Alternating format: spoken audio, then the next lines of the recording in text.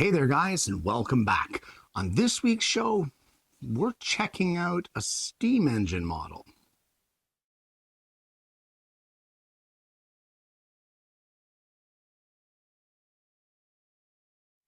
Well, for years, I have always been fascinated by these little desktop steam engines that run. I think they are just the coolest thing.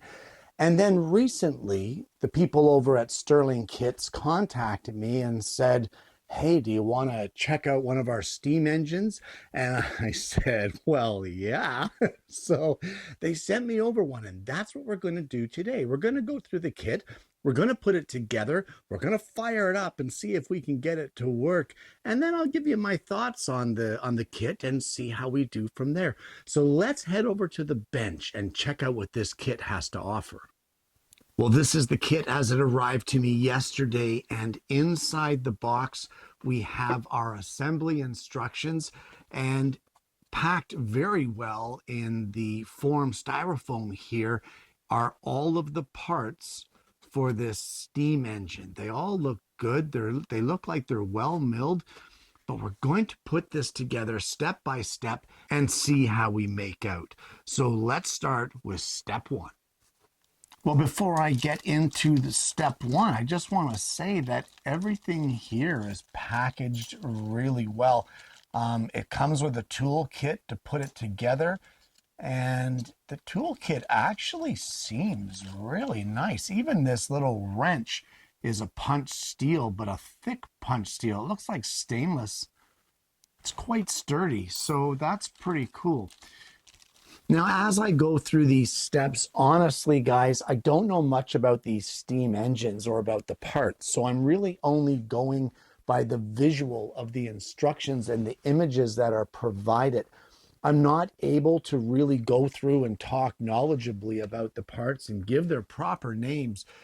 So don't expect this to be a step-by-step complete tutorial on how to build this steam engine, because I'd only be fooling myself to think I know what I'm talking about.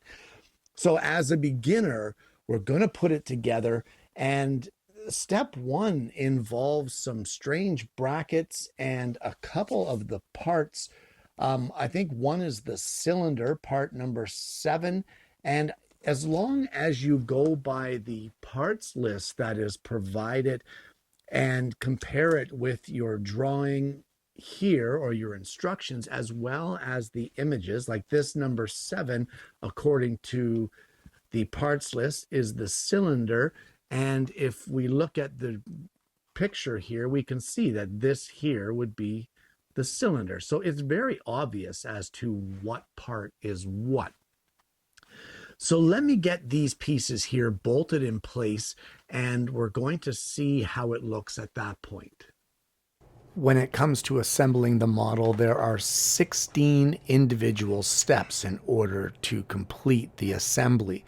Most of the steps only include things like nuts and bolts, kind of like an old style mechano set. So there's really nothing that it's out of anybody's skill set here. The biggest challenge to overcome here out of all of this is trying to get parts to align when there is multiple bolts involved. As far as I can see, all the bolt holes align. The problem is getting them all to align at one time. Now you can see here that I am wearing gloves, and that has nothing to do with the engine itself. It's not a recommendation from the company. There is no tool oil on any of these parts.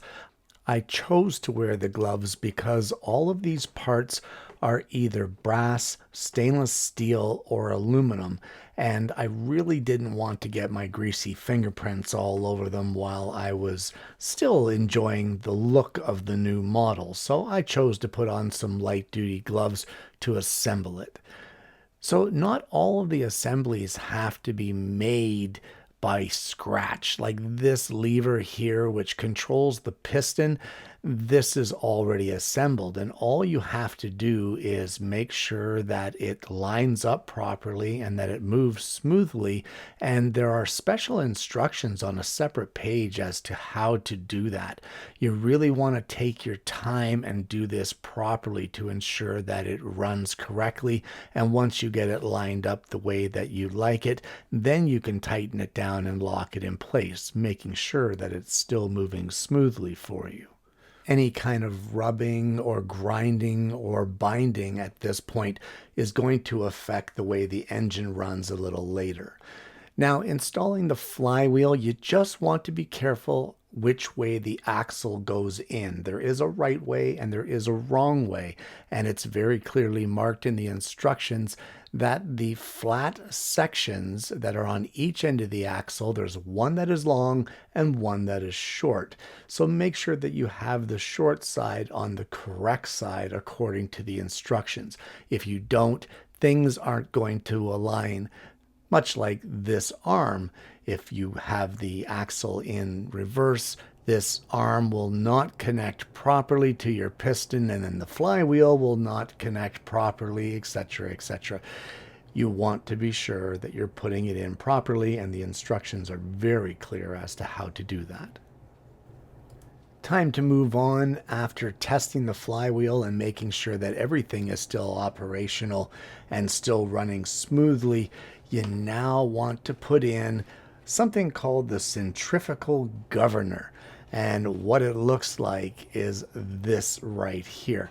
I'm not 100% sure what the purpose of this is, but from what I can tell, as the engine spins and the flywheel spins, it rotates and the balls that are on the side expand through centrifugal force, and they open or close a valve to control the amount of steam that's going through to the piston.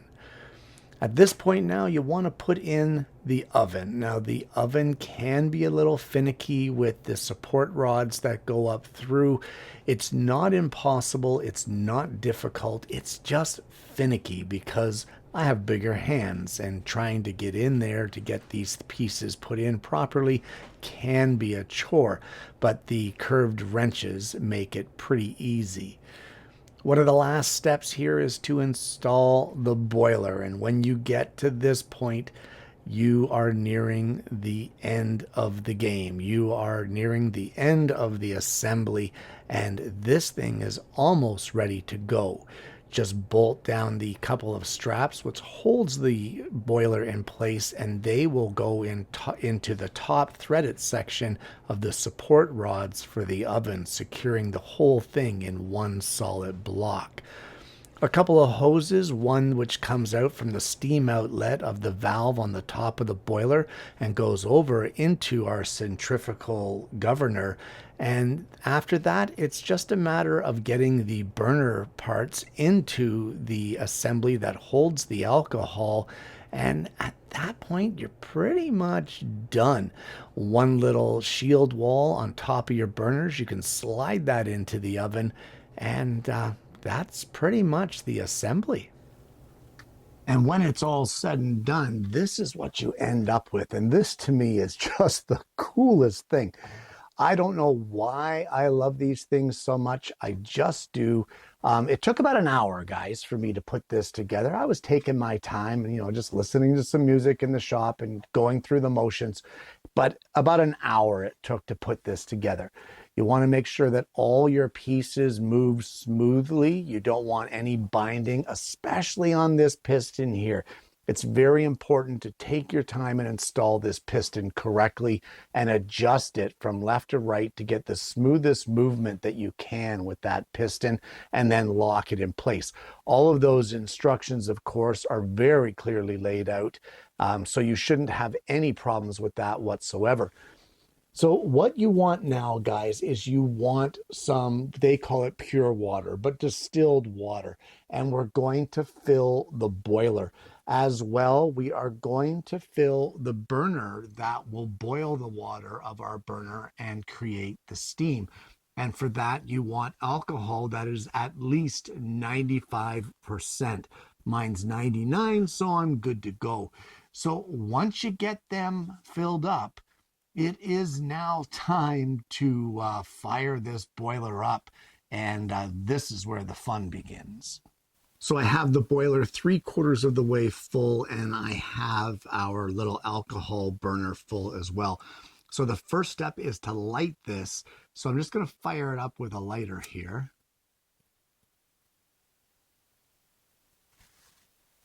Okay, that's pretty cool. Already, that's pretty cool. And then we will take it by the handle and place it inside of the oven underneath our boiler.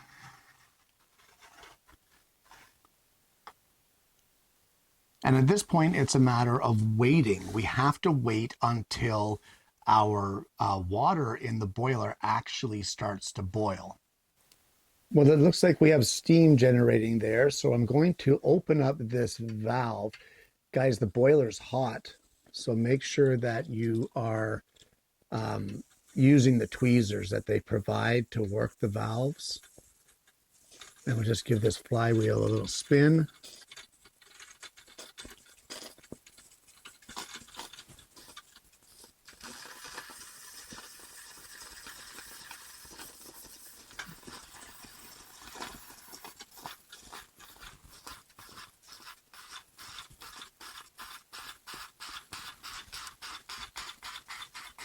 Okay, that's pretty cool.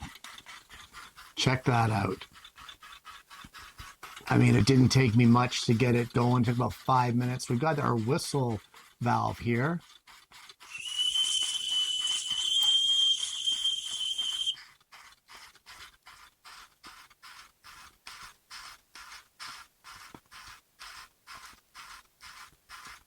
Yeah, that's definitely pretty cool.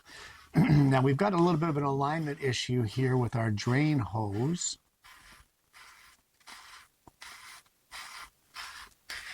Just going to open up our steam valve a little more here to give us some more steam going through the engine.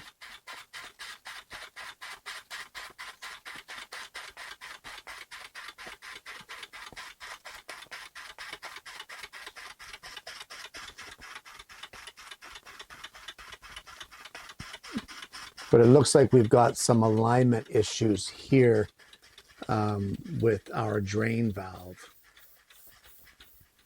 So I've made a few adjustments to the drain pipe here to align it a little better here on the hose.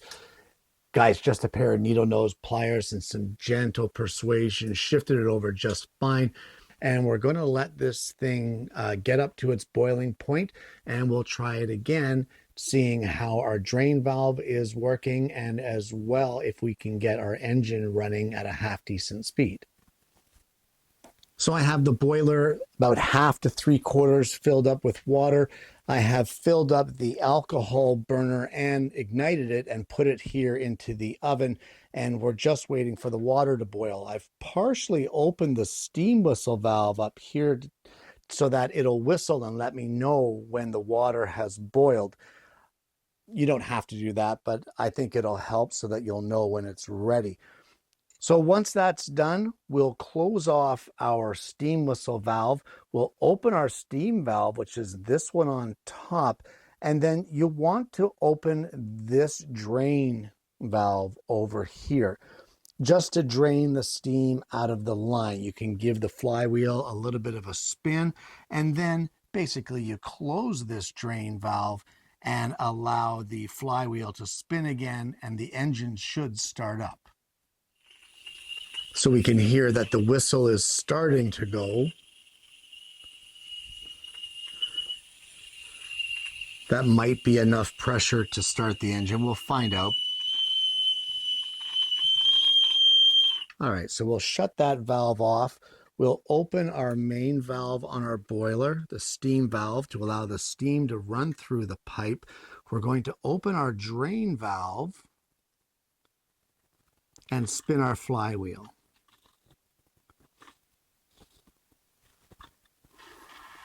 Almost.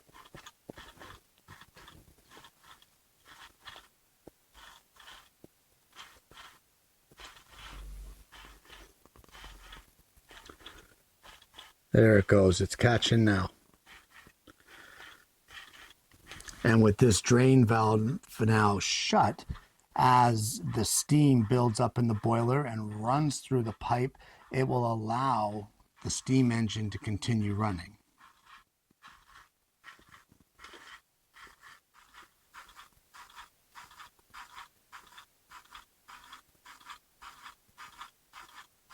And there you have it. A steam engine kit from Stirlingkit. Guys, this thing is really cool. I mean, who doesn't love a steam engine? The whole technology of the thing and its lack of technology is what really intrigues me. This is the way the old locomotives used to work years ago with the steam engines and the big boiler in the front of the train and that sort of thing. And it's a technology that is so old, but is held true and still works. There are still steam engines to this day that are in operation all around the world. So the fact that you can get one this little and have it actually work is really kind of cool. Now, the parts for this model, everything was A1. The only thing I had an issue with was that one drain hose coming down from the right-hand side, the one that I had to adjust to drain down through the base. That wasn't quite aligned and I had to kind of bend it over a little bit, but once I got it bent over, it drained just fine into the pan that's underneath the base itself. Now, one thing that I did notice is, guys, this base gets warm. It gets quite warm with that boiler. The heat transfer from the boiler to the oven part to the base is very real. And the heat transfer of the steam to the other parts that are involved in this steam engine is also very real. So please use the tweezers that are provided with the kit in order to make any adjustments that you need to make while running the steam engine. Don't do it with your fingers. You're going to burn yourself. And as I said, that base does get rather warm. So you might want to put something underneath it if it's on like a good wooden tabletop or that sort of thing. You want to protect the surface underneath. Now you want to play around with it a bit too. At first, when I started up with the boiler, I never had the whistle opened up, so I never really knew when it was steaming. I had to keep trying and a trial and error method of opening and closing that whistle valve. And then I thought, well, why not just leave it open and it can whistle and let me know when it's done? And that worked really well. And then after that happened, I wasn't really using that drain valve properly. You want to open it and then spin the flywheel to drain out the system and then tighten it back up. Because if you leave that drain valve open, what you're going to do is you're going to create a leak in the system and the steam can't build up the pressure to make the engine run. So you want to play around with that, play around with the top valve, play around with the drain valve. But I found it worked best with that drain valve completely closed. So if you don't open it, you're good to go. I don't know what you guys think, but I think this thing looks great. The entire kit I was pretty much impressed with right from the beginning. I was impressed with the way that it was packaged. It showed up with nothing damaged. The instructions are all pictorial, so it is very clear as far as how to put this thing together. A lot of the pieces were already pre-assembled, so it was a matter of taking out a small assembly and then bolting it to a larger assembly. So it's really something that you can get into and do. Like I said, it took me about an hour. So get the kids involved, get them to help you out to put this thing together and then show them how it works. And you know what? It's just a load of fun. What a great model. I love this thing. Guys, I want to thank you so much for tuning in this week. I want to thank Stirlingkit for sending this out to me. I'm going to post all the links down below if you're interested in checking these out for yourself and maybe getting one for yourself. They are pretty cool. Well-made, high-quality parts, stainless steel, brass. They're just, they're awesome. Either way, guys, if you haven't already, please consider liking and subscribing to the channel. We have an amazing audience base here, and I'm hoping that you're going to become a part of that. I hope you're going to try this for yourself, guys. I hope you're going to check it out. I hope that you've enjoyed the content. And more importantly, I hope you're going to join me again next week when I bring you yet another Alternative Tuesdays.